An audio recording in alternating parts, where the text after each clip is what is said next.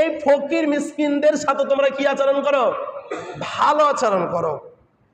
প্রথমে আল্লাহ বলেছেন আয়াতের শুরু, ওয়াবুদুল্লাহ, ইবাদত কার? তুশরিকু বিহি শাইআ, কার সাথে শিরিক করব না? ওয়াবিল ওয়ালিদাইনি ইহসানা, দুইটা মানুষের সাথে আগে প্রথমে আল্লাহর ইবাদত করবেন, প্রথমে আল্লাহর সাথে কাউকে শিরিক করবেন না। তারপর কার সাথে ভালো আচরণ কথা বলেছেন? পিতামাতা। তারপরে বলছেন ওয়াবিদিল কুরবা ওয়াল ইয়াতামা, পিতামাতার সাথে ভালো আচরণ করার পর কার সাথে ভালো আচরণ? আত্মীয় স্বজন। এবার আত্মীয় স্বজনদের ভালো আচরণ করার পর কামলা, যাদেরকে আমরা কাজ করাই, একটা রিস্কাওয়ালা, কিওয়ালা? রিস্কাওয়ালাকে আমরা খারাপ চোখে দেখি। ওই রিস্কাওয়ালা যদি না থাকতেন এই রাস্তার মাথা থেকে কালিয়াকুর যেতে পারতেন? আমি মনে হয় বোঝাতে পারলাম না বিষয়টা।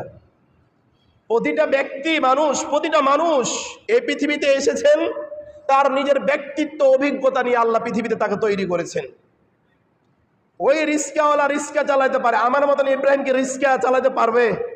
আপনার মনে হয় রিস্কা যদি ধরি হয়তো ডানে না তো বামে দিয়ে একদম চাপাইয়া। কিন্তু তার মানে কি মেন্টালি দেখেন, আমি খুতবা দিতে পারি, আমি নামাজ পড়াতে পারি, সালাত আদায় করাতে পারি, আমি ওয়াজ মাহফিল করতে পারি, কিন্তু রিস্কাওয়ালাটা কি পারবে? তার মানে কি প্রতিটা মানুষকে আল্লাহ মেধা শক্তি বিভিন্নভাবে ভাগ করে দিয়েছেন, কে কি কাজ করবে কে করবে না। এই জন্য আপনাকে আমি বলতে চাচ্ছিলাম, তোমাদের বাড়িতে কামলা থাকবে, তোমরা কখনো এই সমস্ত ব্যক্তিদের সাথে খারাপ আচরণ করিও না। অনেক মালিক আছে খারাপ আচরণ করে না? করে না? শুধু কি বাড়িতে কাজ করলে কামলা হয়? যারা কোম্পানিতে চাকরি করে তারা কার কামলা? কোম্পানির মালিকের কামলা না? এই মালিকেরা অনেক সময় দুর্ব্যবহার করে না? করে না? শুধু মালিকেরা করে না, মালিকের স্টাফের যারা স্টাফ থাকে তারাও খারাপ আচরণ করে। এমন খারাপ আচরণ করে মা বাপকে ছাড় দেয় না। কথা ঠিক কিনা? মা বাপকে কি করে না? ছাড় দেয় না। মনে হচ্ছে আর বাবার এটা কোম্পানি, এমন ভাবে মানে আপন করে নিয়েছে যে তার নিজের একটা ভাই। আরে ভাই, তার স্ত্রীর সামনে তার স্বামীকে মায়ের মা বলে বাপ তুলে গালি দিতে ছাড় দেয় না।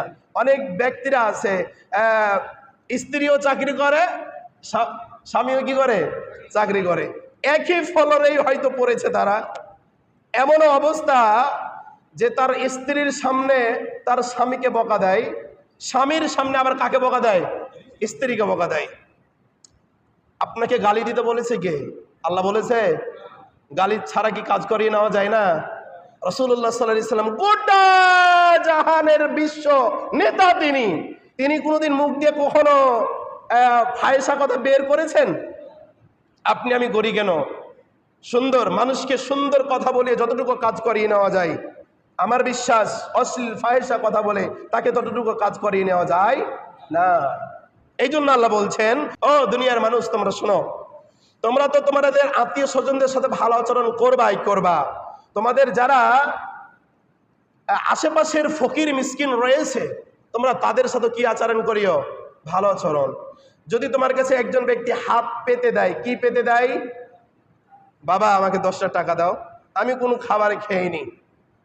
তার চেহারা যতই খারাপ হোক অথবা তার চেহারা যতই ভালো হোক, আমরা কিছু ব্যক্তি আছি, তোমার শরীর হাত ঠিক আছে, তুমি কাজ করে খেতে পারো না?